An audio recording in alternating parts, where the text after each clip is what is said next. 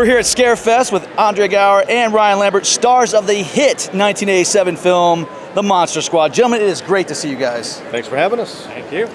So, you're both involved as producers, and Andre, I know you directed, you directed the award-winning documentary Wolfman's Got Nards. Guys, it's a love letter to the film, but it also addresses the power of the fan base. How did this project initially come to be? Well, it really came about from doing shows like Scarefest and doing screenings around the country for 6, 7, 8, 10 years, and seeing the connection that this movie actually had with the fan base. And we thought it was just interesting, but it kept going, and then it got to the point where I realized that those stories are a story. And my original concept of the documentary would be, hey, we'll take a camera and a couple friends out on the road a little bit, and then just do something really small. And I ended up getting very lucky and teaming up with the production team at Pilgrim Studios, and did a deal with the studio, and then we just took it to another level. And we were able to bring a lot to bear in over a year's time, and we got a lot of stuff. And I dragged these guys around the country for weeks and weeks at a time, Ryan and Ashley, and documenting the fans on the road, at conventions, at screenings, on the 30th anniversary tour. That was the year we actually shot the documentary. So we were able to catch all that. What he said. So, Ryan, is it true you're a Dodgers fan? And are they going to the series? They are going. Now listen, you're like us. You're an Ohio guy. You're born in Cleveland. Now, are you a Guardians fan at heart? I was born in Cleveland, but I moved to Los Angeles when I was about 3. Okay. So, what's that? I'm a Crushers fan. A Crushers fan. Okay. They're in Ohio. They're in Cleveland. We did a little event at their stadium, and I became a fan of the team, the Lake Erie Crushers. So that's my extent of Ohio fandom. Okay. It ends right there, and then I'm a Dodgers fan through and through. Yes. All right. Let's stick with sports here. Andre, have you had a chance to get out on the golf course lately? And if so, what's the best course you've played? Okay, so it's 2 questions. One, have I been out to play golf? It's been a long time, but I got to play the other day, so yes. Okay. And I played very well. It's gorgeous Luckily, weather it was great. right now. It was nice. It was in North Carolina. It was fabulous. The best course I've ever played, I don't think if you've played St. Andrews Old Course, you have to say that. Okay. So I've played St. Andrews Old Course. You've played St. Andrews. I have. That's impressive, sir. Yeah, That's it was absolutely nice. impressive. That was awesome. Gentlemen, what can you tell us about this digital series, Short Ends? Short Ends was an idea that we kind of came up with about where do you get to see short films? Where do they show them in one spot? You can scour YouTube and try to find certain films, but where do you watch them all together in one? So we Andre actually went out and got us a little deal with and we produced it and hosted it, and basically we curated. So we get submissions. I would watch hundreds and hundreds of shorts for about a couple months, and then we could piece it all together. And it was cool. We'd love to. It was we did 2 seasons of that.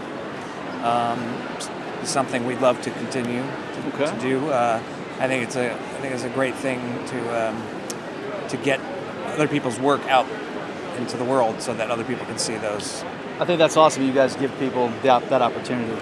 Yeah. Speaking of opportunities, legacy sequels are all in demand right now.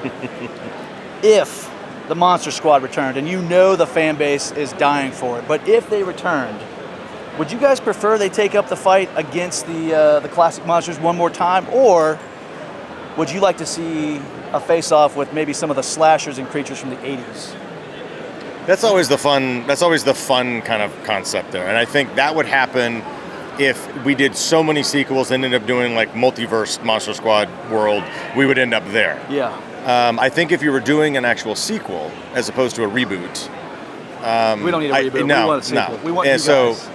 if we were doing a sequel, I think you kind of keep it in the same world, maybe a little tweaked. I think it's updated. There's some cool ideas out there, but then you've got to make it about the next. You got to pass the torch. You got to pass the torch, and I think that's what's important in that element of it. And there's always new monsters to kind of battle. Absolutely. Well, listen, guys, it's been awesome seeing you here at Scarefest. We hope we're going to see you again at the next con next year. Come back to Scarefest. We'd love to have you back. As long as we're invited, we'd love to come. Absolutely. Thanks. Thank you. Thanks a lot. Thank you. One thing you are never short of here at Scarefest is some incredible cosplay. Ladies, welcome to Scarefest. You are? Harmony Mabry. Harmony Mabry? Peyton Woofle. Peyton. Woofle. Peyton Woofle. Ladies, you look fantastic. What brought you to Scarefest? My mother. My mom's always been a huge horror fan. She's loved it since she was a kid, and I grew up watching every horror movie imaginable, and it's just a huge thing in my house. My uncle saw Peyton, or was friends with Peyton's mom, and saw Peyton and was immediately like, you and Peyton have to be friends. So we became friends, and now I'm here at Scarefest with Peyton. Fantastic. Favorite scary movie? Terrifier. Terrifier? Probably Wrong Turn. Wrong Turn. Good picks, ladies. Now, you guys are doing something amazing. When we saw you earlier, you're handing out these amazing bracelets. Okay, tell us about the bracelets.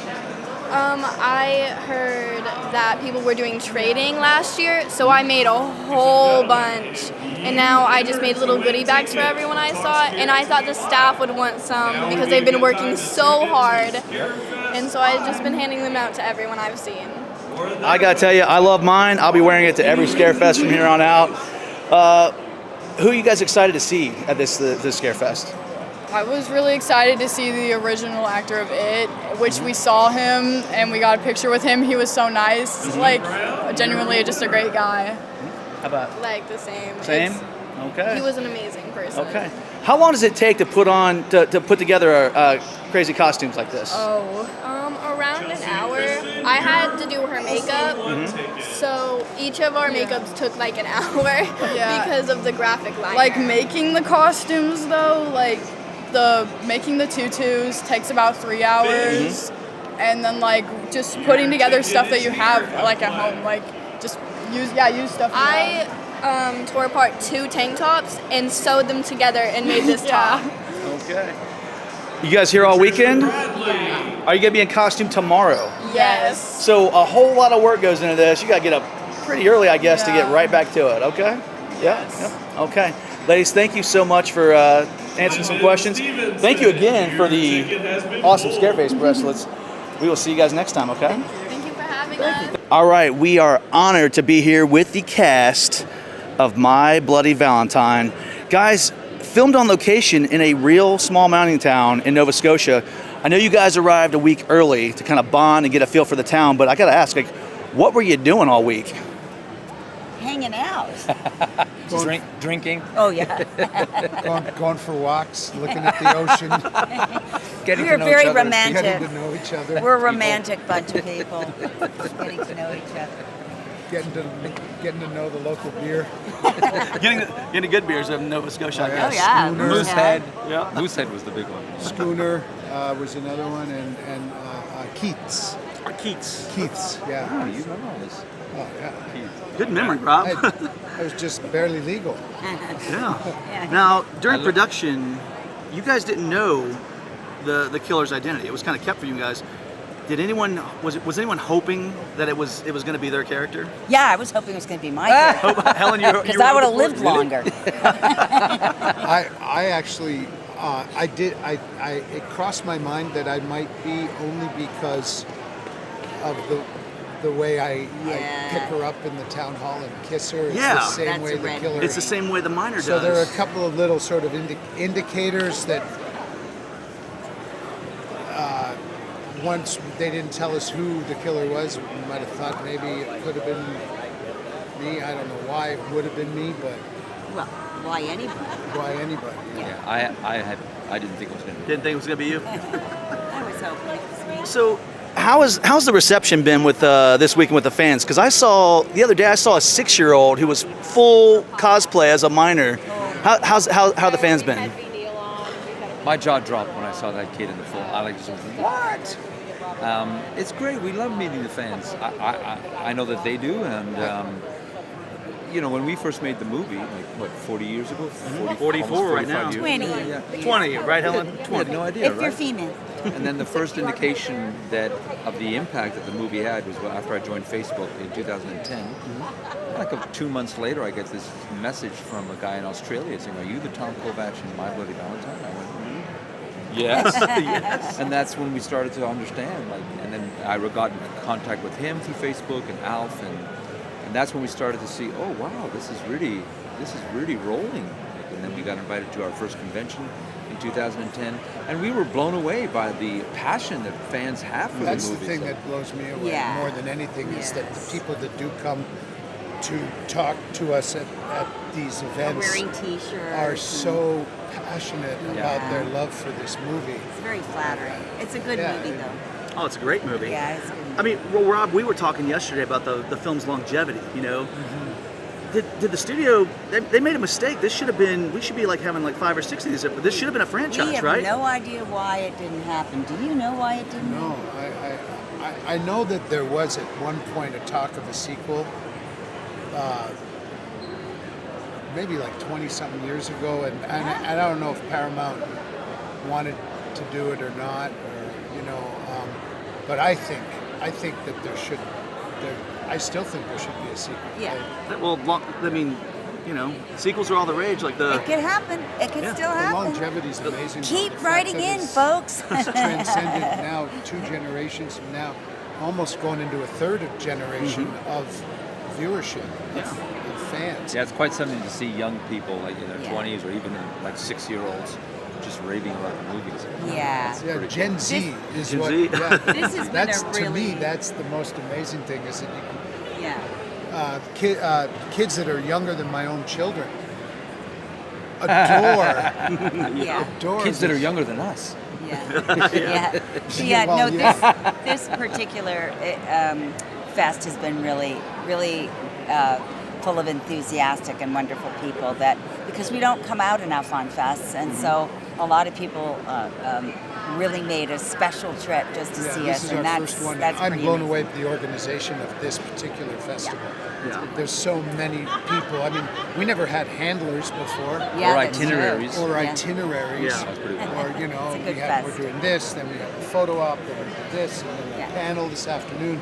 All of that.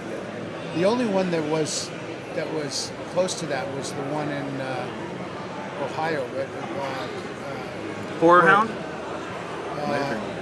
No, what was it called? Cinema. It was 10 years ago, so who knows? Yeah. But that was fun. But they did a screening. They did a screening Yeah, of that the was movie. it. No, they're all fun, but I think This that one is it's blows me just away how big it is. yeah. Despite the fact that the years keep going by, it still seems like we're getting more fans. This and is so like that's the exciting. Costco of horror films. Well, now you said the years have been going by, and now that a couple have gone by, I won't tell Paramount.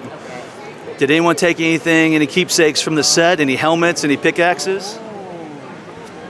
This is the Are menu you on top allowed here. to say anything? I left it at home. Allegedly. Oh, you left it at home today. He has the original script. Yeah, I do have the original script. Right. He was offered Show the world the mess original load of script. money for it. I do have the original script. Oh It was my originally Lord. called The Secret. Yeah, that's the song at the end has a. Well, the reason that Those was that called, survive. from what I understand, and I'm not speaking on factually, but from what I understand, Paramount didn't want anybody in the industry to know they were making a Valentine's Day movie, so they titled it The Secret. So when we came on board, that was the name of the movie, was The Secret. Yeah. And they also purposely left the last 5 pages out so that we Didn't know who the killer we was. didn't know who the killer was. So spread it out. But so the that script is completely, it's mimeographed. This is before the days of Laser printing. Oh, look at this. laser printing, but Right. this is actually the only script that is, it's completely untouched. Top of the page. So you can see. There's some dialogue right there. Yeah. and then it has the shooting schedule in front. Oh, there is a circle. That's incredible. I did circle my days on the student schedule. Oh. But that doesn't matter because There it's goes the 100,000 right script. The script is pure. But I did get offered a substantial amount of money. I'm glad you kept that. That's something we got to see at these cons. Yeah. That's living history. I'm hoping Quentin Tarantino calls me and says he wants it. I gotta believe he would ask for that because this is his favorite slasher film. He's on record saying that. Yeah. Thanks, Quentin. Yeah. Thanks, Quentin. If you want it, Yeah. I'm your guy. It's the only one that exists. His name is Tom Kovacs. Priceless. It's the only one that exists. See, the director doesn't have one. Nobody kept their scripts. I kept mine. I actually had two. I had a working script, and then I think I told Bob President that I lost it.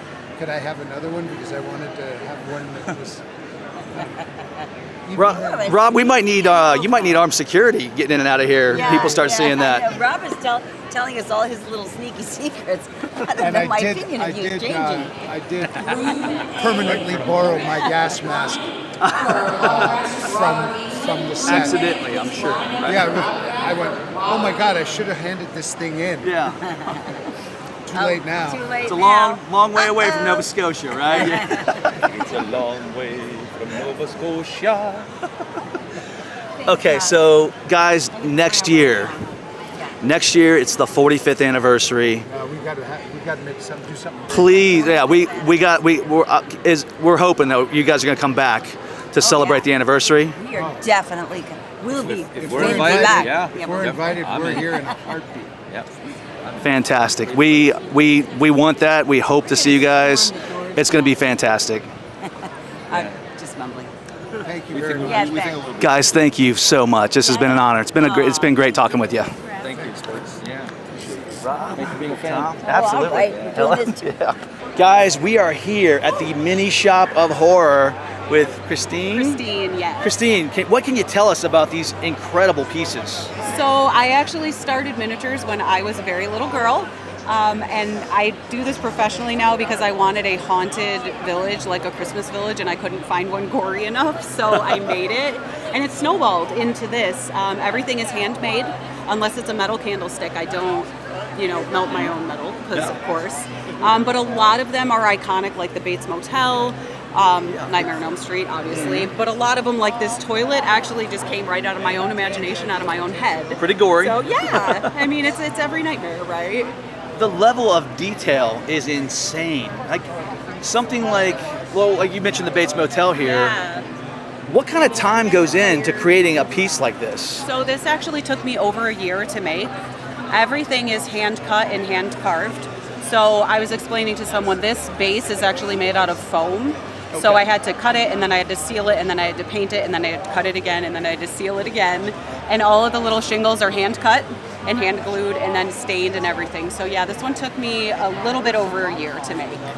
Now, how often do we see your setup at the convention circuits? So I'm always at Scarefest every year. I started branching out a little bit more. I do Louisville Horror Con. I'm going to do St. Louis Horror Con next year, Evansville Horror Con, and then Spooky Empire in Florida next week, and then Monster Mania up in Pennsylvania in November. So my busy season is like the fall, and then I usually take the summer off so I can make all the things. Get back in production, right? Yes. Okay, now for people that couldn't make it to Scarefest, where can they get their hands on this stuff? Do you have a shop online? Is okay? Yeah, so it's just minishopofhorror.com. I'm also on Instagram, I'm on TikTok, I have a YouTube, so I have all the things. And it's just my business name, Mini Shop of Horror. Thank you so much for talking with us. Amazing work. We look forward to seeing you next time. Yes, thank you so much.